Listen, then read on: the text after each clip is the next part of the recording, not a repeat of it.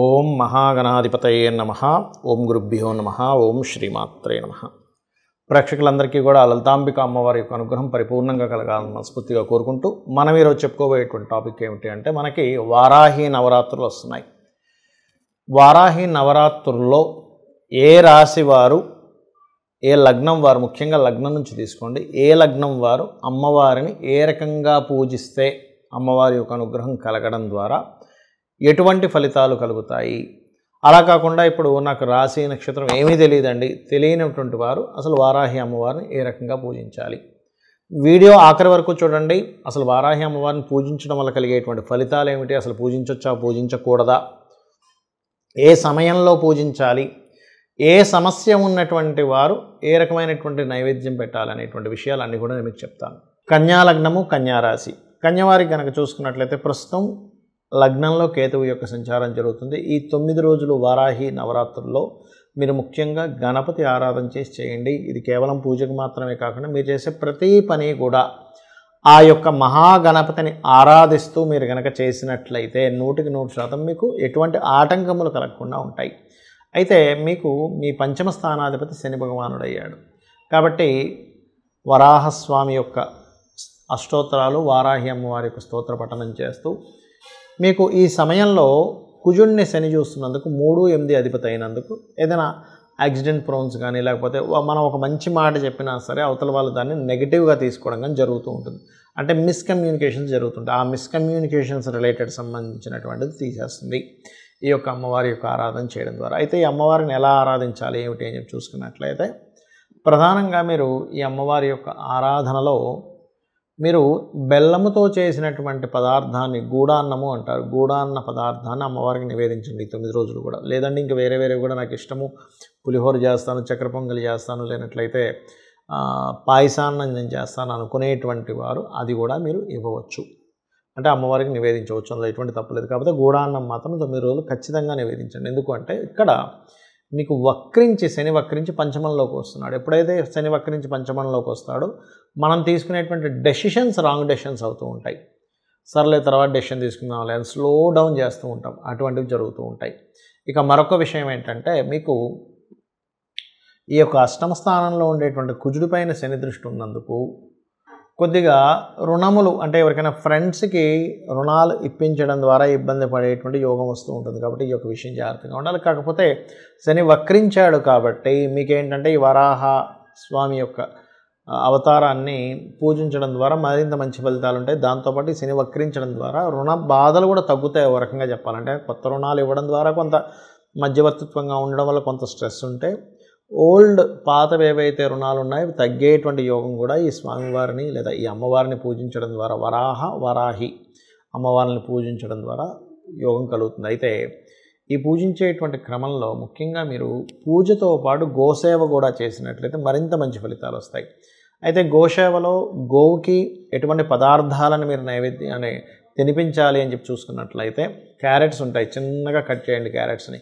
క్యారెట్స్తో పాటు బెల్లము కూడా ఈ రెండింటిని కలిపి గోవుకి తినిపించండి. ఈ రకంగా కనుక మీరు చేసినట్లయితే 100% మీరు ఏదైతే అనుకుంటారో, సంకల్పం ఏదైతే ఉంటుందో, అనవసరమైన మిస్అండర్స్టాండింగ్స్ ఏవైతే పోతాయి. దీంతోపాటు మీ మిస్కమ్యూనికేషన్స్ తగ్గాలి అంటే సూర్యభగవానుని చూస్తూ ఓం మిత్రాయ నమః అనే నామస్మరణ చేయండి, అన్ని విధాలా బాగుంటుంది.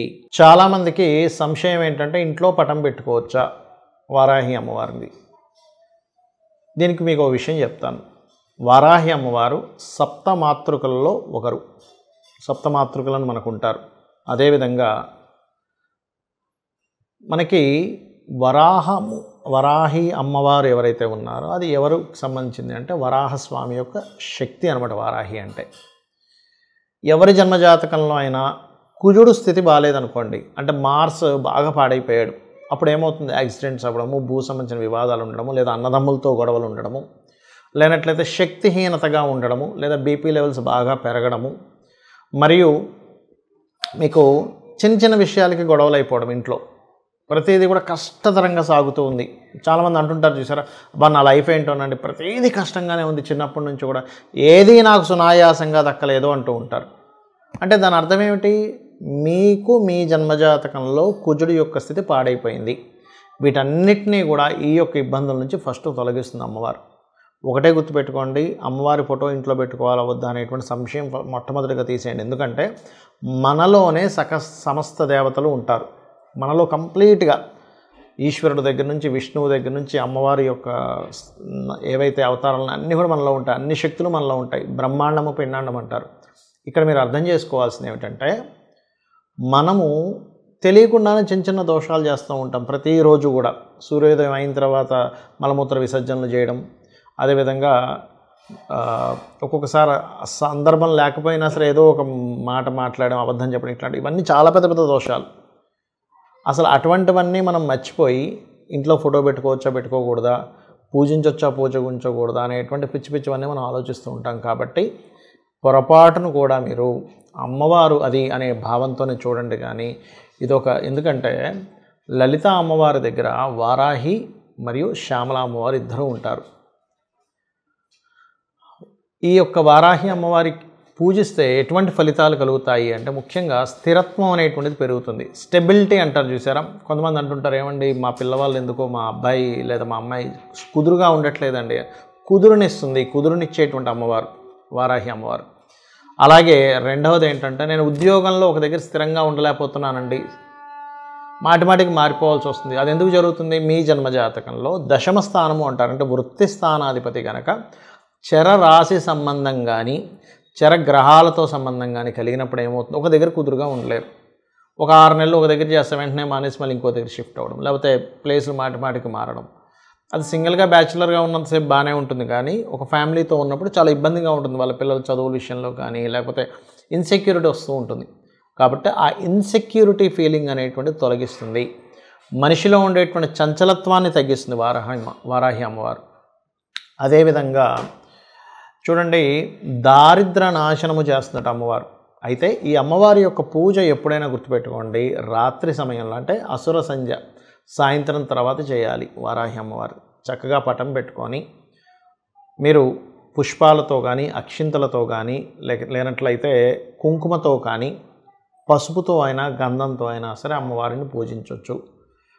ఇక్కడ ఒక్కొక్క ఇబ్బందికి ఒక్కొక్క నైవేద్యం పెట్టవచ్చు. అంటే అలాగా హ్యాపీనెస్ లేదు, పాయసాన్నం. అంటే లైఫ్లో ఒక స్వీట్నెస్ లేదు, పాయసాన్నం పెట్టాలి. లేదండి మేము శని ప్రభావంతో చాలా ఇబ్బంది పడుతున్నాము, గూడాన్నము బెల్లముతో చేసినటువంటి నైవేద్యం పెట్టండి. అలా కాదండి, మేము గురుబలం లేక మాకే పనులు అవ్వట్లేదు, మీరు పసుపు అన్నము, హైద్ర అన్నం అంటారు, అంటే పసుపుతో తయారు చేసినటువంటి పులిహోర లాంటిది పెట్టవచ్చు. అదేవిధంగా మానసికమైనటువంటి సమస్యలతో బాధపడుతున్నాము, చలివిడి నైవేద్యంగా పెట్టండి. అలాగే శత్రుపీడ పోవాలి, శత్రువులతో బాగా ఇబ్బంది ఉందండి మాకు అనుకున్నప్పుడు రకరకాల ఆకులు, రకరకాల పుష్పాలతో పూజ చేస్తారు. ఆ రకంగా ఏంటంటే మీకున్నటువంటి సమస్యని అమ్మవారికి చెప్పుకొని చేయాలి. అయితే చాలామంది పెద్ద పెద్ద వాళ్ళు ఏం చెప్తారంటే, ఎవరు పడితే వారు చేయకూడదు అంటూ ఉంటారు. ఎందుకు చెప్తారు అలాగా అంటే, ఇవన్నీ దేవతా స్వరూపాలు ఎలాంటివంటే తొందరగా ఫలితాన్ని ఇచ్చేటువంటివి. ఒక ఎనర్జీ మన దగ్గర ఉన్నప్పుడు, అయితే చిన్న ఎగ్జాంపుల్ చెప్తాను చూడండి. సరైనటువంటి అవగాహన లేనటువంటి ఒక వ్యక్తికి, అంటే చిన్న పిల్లవాడికి ఎవరికి గన్ ఇవ్వం మనం, ఎందుకు వాడు ఇష్టం వచ్చినట్టు కాల్ చేస్తాడు. ఆ బుల్లెట్ వెళ్ళి అది మంచివాడా చెడ్డవాడా సంబంధం లేకుండా వాడిని కాల్ చేస్తుంది ఆ బుల్లెట్ వెళ్ళి. అప్పుడు ఏం చేస్తారు, ఎవరికి పడితే వాళ్ళకి వెపన్స్ ఇవ్వకూడదు, ఎవరికి పడితే వాళ్ళకి ఇవ్వకూడదు. కాబట్టి ఎవరికి పడితే వాళ్ళకి ఆ గన్ను కావచ్చు, కత్తి కావచ్చు ఇవ్వం. అలాగే ఈ యొక్క శక్తి దేవతల యొక్క ప్రభావం ఎలా ఉంటుందంటే, ఎవరైనా ఉపాసన చేసేటప్పుడు వాళ్ళల్లో గనక కామక్రోధాది వికారాలు ఏవైతే ఉంటాయో వాటిని అదుపులో పెట్టుకునేటువంటి శక్తి లేనప్పుడు, ఎవరి మీదైనా వీళ్ళు కోప్పడ్డప్పుడు అది వాళ్ళకి మంచిది కాదు, ఉపాసన చేసే వాళ్ళకి కూడా మంచిది కాదు. అంటే ఇద్దరికీ దెబ్బ కొడుతుంది అది. అందుకని పూర్వం గురువులు ఏం చేసేవాళ్ళు అంటే, ఈ వ్యక్తిలో స్థిరత్వం ఉంది, మానసికంగా బాగా పరిపక్వత చెందారు, ఇతను ఎటువంటి కామక్రోధాది వికారాలకి లొంగడు అనుకునేటువంటి వ్యక్తికి మాత్రమే ఈ యొక్క వారాహి సంబంధించినటువంటి దానికి సంబంధించినటువంటి ఏదైతే మంత్ర సంబంధం ఉంటుందో ఆ మంత్రాన్ని ఇవ్వడం కానీ, బీజాక్షరాలతో ఇవ్వడం కానీ చేసేవారు. దాదాపుగా సంవత్సరం, 2 సంవత్సరాలు, 5 సంవత్సరాలు కూడా చేసేవారు. ఒక శిష్యుడిని పరిశీలన చేసి అప్పుడు ఇచ్చేవారు. అప్పటి వరకు ఇచ్చేవారు కాదు. ఇవాళ రేపు ఉండేటువంటి కాలంలో అందరికీ ఇచ్చేస్తున్నారు. అందుకని ఎవరు పడితే వారు చేయకూడదు అంటూ ఉంటారు. అంటే ఏమిటి, ఒక వ్యక్తికి ఒక వెపన్ ఇచ్చినట్టే వారాహి చేసుకుంటున్నారంటే. మీరు ఏదో అనవసరమైనటువంటి కోపాలతో ద్వేషాలతో ఇంకోళ్ళ మీద చేసినప్పుడు అది వాళ్ళకి మంచిది కాదు, చేసే వాళ్ళకి మంచిది కాదు. కాబట్టి ఒకటే గుర్తుపెట్టుకుని వారాహి చేయాలి అని అనుకున్నప్పుడు మీరు విశ్వంలో భగవంతుణ్ణి పూజించడం తప్పితే మరొకటి లేదు. అనవసరమైన కామములు, అనవసరమైన క్రోధములు, అనవసరమైనటువంటి విద్వేషాలకి నేను గురవ్వకూడదు. ఇలా ఉన్నట్లయితే నేను చేసేటువంటి ఉపాసన ఏదైతే ఉందో వారాహి ఉపాసన నాతో పాటు వంశానికి కూడా ఇబ్బంది ఇస్తుంది. కాబట్టి నేను ఇటువంటి వేటికి నేను గురి అవ్వకుండా ప్రశాంతంగా నేను అమ్మవారి సాధన చేయడం కోసమే నా యొక్క జీవితాన్ని ఉంది అనేటువంటి భావనతో వారాహి చేయండి. ఆటోమేటిక్గా ఏమవుతుందంటే మీ వంశాభివృద్ధి జరుగుతుంది, మిమ్మల్ని మీరు ఉద్ధరించుకోగలుగుతారు. మీరు ఏదైతే సంకల్పం అనుకుంటారో, మీరు ధర్మబద్ధంగా మీరు ఏదైతే అనుకుంటారో అది ఖచ్చితంగా అమ్మవారు ఇస్తుంది మీకు. శ్రీమాత్రే నమః.